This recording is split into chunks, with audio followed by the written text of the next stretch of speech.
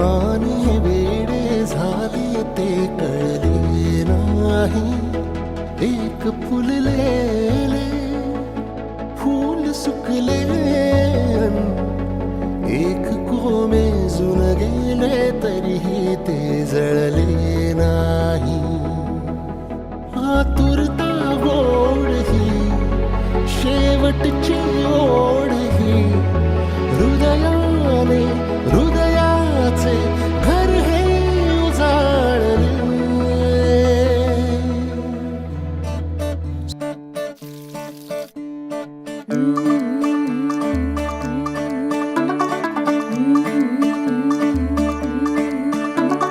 मुंडा थोड़ा off beat है पर कुड़ियां दे नाल बहुत स्वीट है.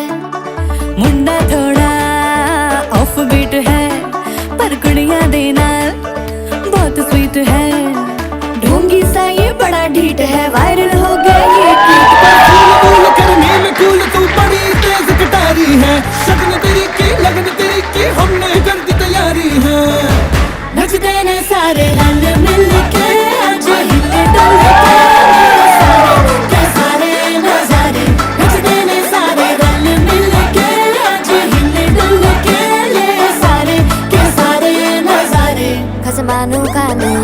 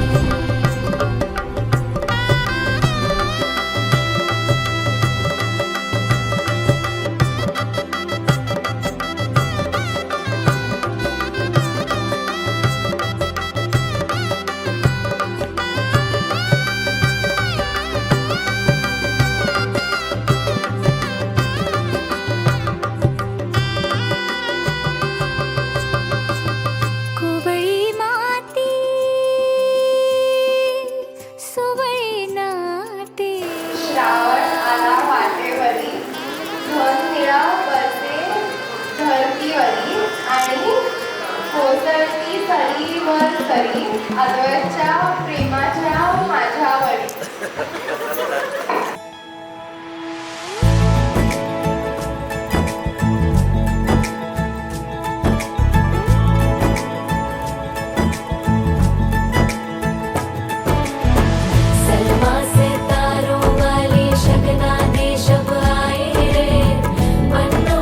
बनने के मिलने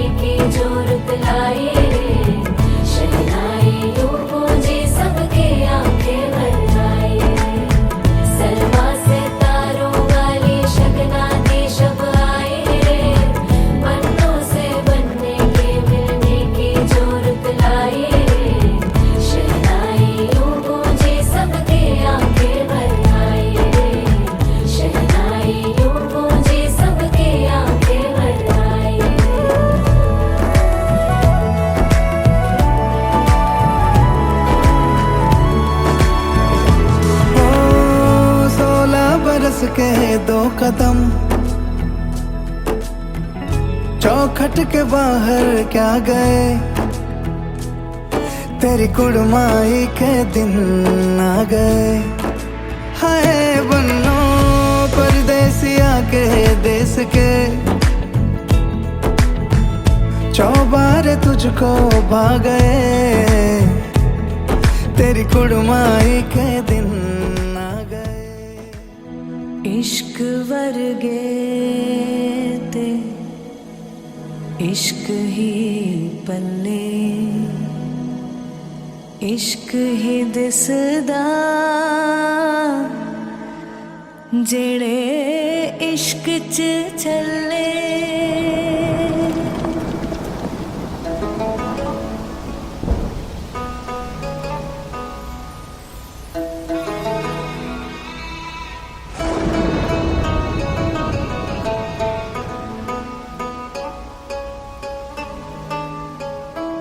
रूह भी तेरी मैं भी तेरा, रब्बा दिला विच तेरा ही बसेरा। मेले आसां दे गेड़े साहां दे तैथों प्यारिया, ते पीर भी तू, पीर भी तू, प्यार भी तीन भी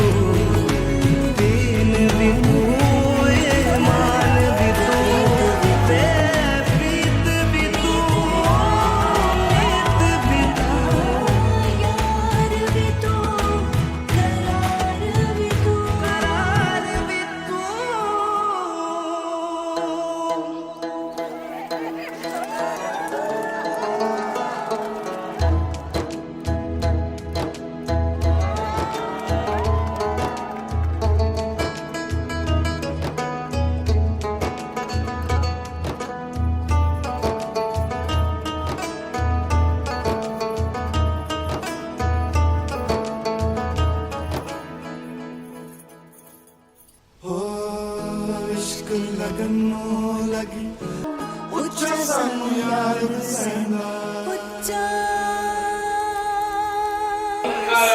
शुभमंगला सावधान।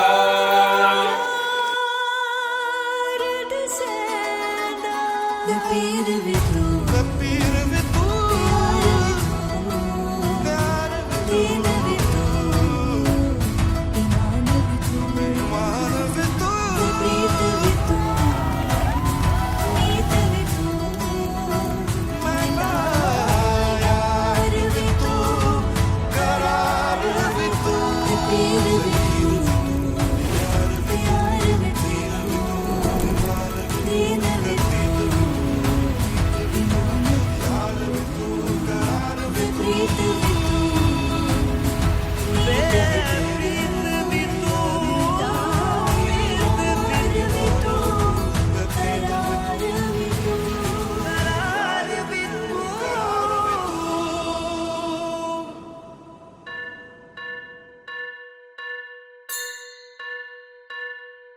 स्वस्ति श्री गणनायकं गजमुखं मोरेश्वरं सिद्धितं,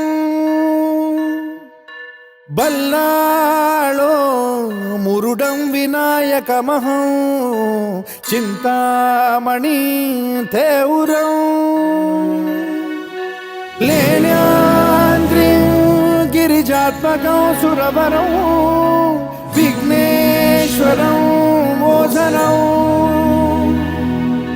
ग्रामो रांझण संस्थितं गणपतिं कुर्यात् सदा मङ्गलम्। शुभमङ्गल सावधान।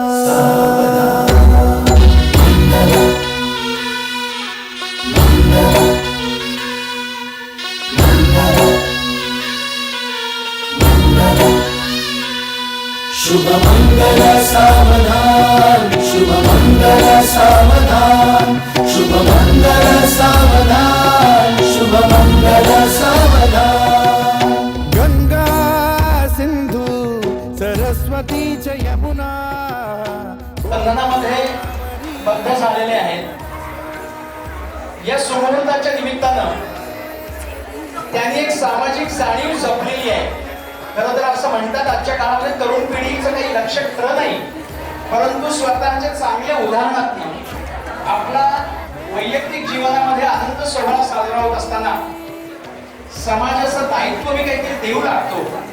समाजाप्रती असलेलं ऋण मी यानं त्या प्रकारे फेडण्याचा प्रयत्न करायला पाहिजे या भावनेनं शौनक, निकिता आणि त्यांची आजी सुमती आजी यांनी सर्वांनी मिळून ठरवलं की आपण आनंदामध्ये हा कार्यक्रम साजरा करूया. परंतु ज्या घरामध्ये दिवा पेटत नाही, ज्या घरामध्ये राहायला नीट घर नाही, ज्यांचं शिक्षण होत नाही, ज्यांच्या जीवनामध्ये प्रकाश नाही, अशा विविध मुलांच्या, महिलांच्या जीवनामध्ये जे प्रकाश आणतात, जे कुटुंबांच्या जीवनामध्ये प्रकाश आणतात, अशा 7 संस्थांना त्यांनी कृतज्ञता निधी समर्पण करण्याचा संकल्प सोडला. खरं तर तरुण वयामध्ये लग्न झाल्यानंतर माझं हनीमूनचं बजेट किती असेल याच्यावर चिंता करत मुलं बसतात. पण याच्या बरोबरच या सामाजिक दायित्वामध्ये मी हातभार नक्की लावी या भावनेनं शौनक आणि निकिता यांनी आणि त्यांची आजी यांनी मिळून सुमारे 2 लाख रुपये विविध संस्थांना ते आता अर्पण करणार. यांना आपण देणगी नाही म्हणणार, हा कृतज्ञता निधी आहे. समाजाचं जे आपल्याला मिळतं ते समाजाला परत देणं याला देणगी नाही म्हणत. या ऋणातून उतराई होण्याचा हा छोटासा एक उपक्रम. मला असं वाटतंय की अशा सर्व उपस्थित आपले आपण सगळे आप्त मित्र नातेवाईक आहोत, असं काही ना काहीतरी उद्दिष्ट आपण आपल्या जीवनामध्ये पण ठेवूया. चांगला आदर्श आहे माझा भाचा शौनक, पण त्यांनी माझ्यासमोर पण चांगला आदर्श ठेवलेला आहे की आयुष्याच्या पहिल्या टप्प्यामध्ये स्वतःसाठी नाही समाजासाठी जगायचं असं एक सुंदर दाखला त्यांनी घालून दिलेला आहे. पुन्हा एकदा त्याचं काय म्हणणे. विंदा करंदीकर म्हणतात, देणाऱ्याने देत जावे, घेणाऱ्याने घेत जावे, घेता घेता एके दिवशी देणाऱ्याचे हात घ्यावे. मला असं वाटतंय की ह्या लहान वयामध्ये देखील हाच संदेश त्यांनी खऱ्या अर्थी अंगीकारलाय. त्यामुळे परत एकदा आपण त्यांचं टाळ्या वाजवून अभिनंदन करूया. आणि मी संस्था आणि त्यांचे जे प्रतिनिधी काही आलेले आहेत त्यांना मी एका पाठोपाठ आमंत्रित करतो आणि त्यांना कृतज्ञता निधी समर्पित केला जाईल. पहिली संस्था आहे स्नेहालय. नगरची ही संस्था आहे, संस्थापक गिरीश कुलकर्णी यांनी सुरू केली. संकटग्रस्त, निराधार, शोषित मुले आणि महिला यांच्यासाठी संस्था गेले 30-35 वर्ष कार्यरत आहे. 23 प्रकल्प आहेत विविध प्रकारचे. आणि पुण्यामध्ये स्नेहाधार या नावाने ही संस्था 18 वर्ष काम करते आहे. आणि 18 वर्षावरील महिलांना विशेषतः अन्न, वस्त्र, निवारा आणि त्यांचं पुनर्वसन असं स्वरूपामध्ये संस्था काम करते. मी शुभांगीताई कोपरकरांना विनंती करतो की इथं व्यासपीठावर येऊन त्यांनी कृतज्ञता निधी स्वीकारावा.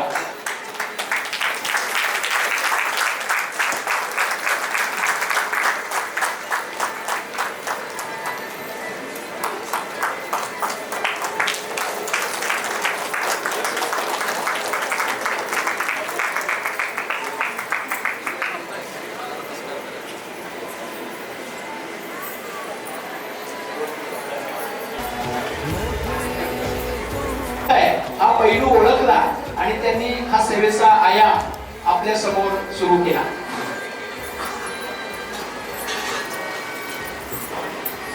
तिसरी संस्था आहे राष्ट्रीय स्वयंसेवक संघ जनकल्याण समिती. गेल्या अनेक वर्षांपासून महाराष्ट्रामध्ये आपल्या सर्वांना माहिती आहे की कोणत्याही प्रकारची आपत्ती आली, नैसर्गिक असो कृत्रिम असो, तर या वेळेला प्रथम धावून जाणारे कोण असतात तर ती असते जनकल्याण समिती. लातूरचा भूकंप असो किंवा होणारा रेल्वे अपघात असो किंवा कोणतीही घटना घडली तरी पहिले धावून जातात, सर्व प्रकारची मदत करतात, ती म्हणजे जनकल्याण समिती. विनायकराव डंबीर हे त्याचे प्रमुख कार्यकर्ते आज इथे आले, त्यांना मी विनंती करतो.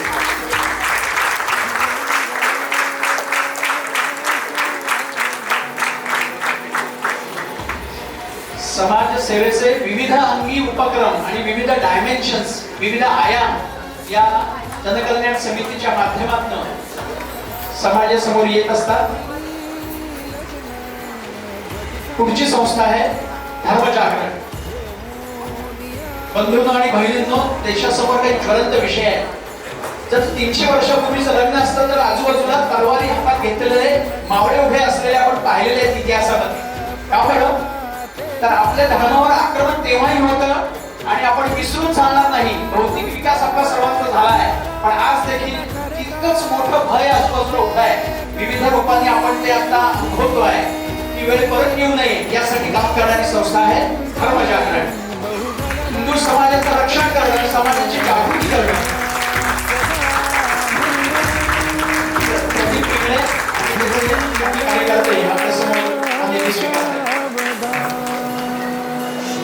हिंदू समाजावरील आक्रमण ओळखून त्यांना योग्य शब्दामध्ये प्रतिकार करण्यासाठी समाजाला जागृत करणं हे या संघटनेचं संस्था आहे. पुढची संस्था आहे जनजाती कल्याण आश्रम.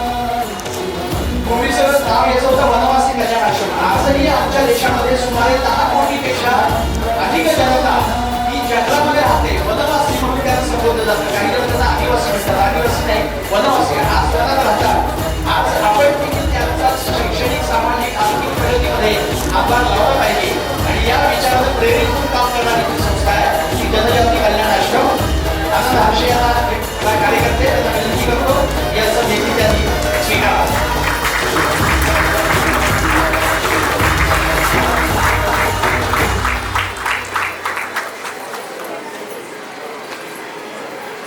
पुढची संस्था आहे सरस्वती अनाथ आश्रम. त्याचे माननीय देवीदास सुरवसे इथे आलेले आहेत. गेली 27 वर्ष अनाथ निराधार बालकांचे संगोपन ही संस्था अव्याहतपणे करते आहे. शासनाची मान्यता आहे परंतु अनुदान नाही. त्यामुळे समाज मदतीतूनच हा उपक्रम ते गेली अनेक वर्ष सादर करतायत.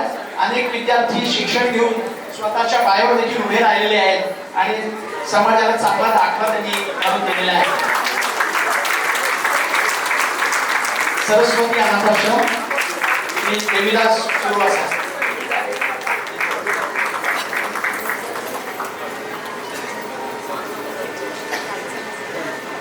पुढची संस्था आहे भटके विमुक्त विकास प्रतिष्ठान. आभाळा एवढी उंची ज्यांची उंची त्यांनी थोडे खाली यावे. आभाळा एवढी ज्यांची उंची त्यांनी थोडी खाली यावे. मातीत ज्यांचे जन्म मळले, मातीत ज्यांचे जन्म मळले त्यांना उचलून धरावे. समाजामध्ये, आमच्या भारत देशामध्ये विविध प्रकारच्या 5000 जाती उपजाती आहेत आणि त्यामुळे अनेक समाजामध्ये जे भटके विमुक्त आहेत, ज्यांचं पाठीवरच आपला संसार घेऊन गावोगाव जे भटकतात, अशा भटक्या विमुक्त समाजासाठी ही संस्था गेले 30 वर्षांपासून आधी काम करते. यमगरवाडीमध्ये, धाराशिव जिल्ह्यामध्ये त्यांचे शिक्षण क्षेत्राचे विविध उपक्रम आहेत. विद्यासंकुलामध्ये सुमारे 28 जमातीतले विद्यार्थी पहिलीपासून 10वी पर्यंत शिक्षण घेतात. सुमारे 450 विद्यार्थी आजही तिथे शिकतात आणि यांना समाजाच्या मुख्य प्रवाहात आणणं. कालपर्यंत ज्यांच्याकडे फक्त पोलीस तगादा लावायला जायचे की तू कुठे चोरी केलीस का, अशा समाजातल्या मुलांना शिक्षण देऊन मुख्य प्रवाहात आणणं ही संस्था गेली अनेक वर्ष काम करते. भटके विमुक्त विकास प्रतिष्ठान माननीय धनंजय विचार.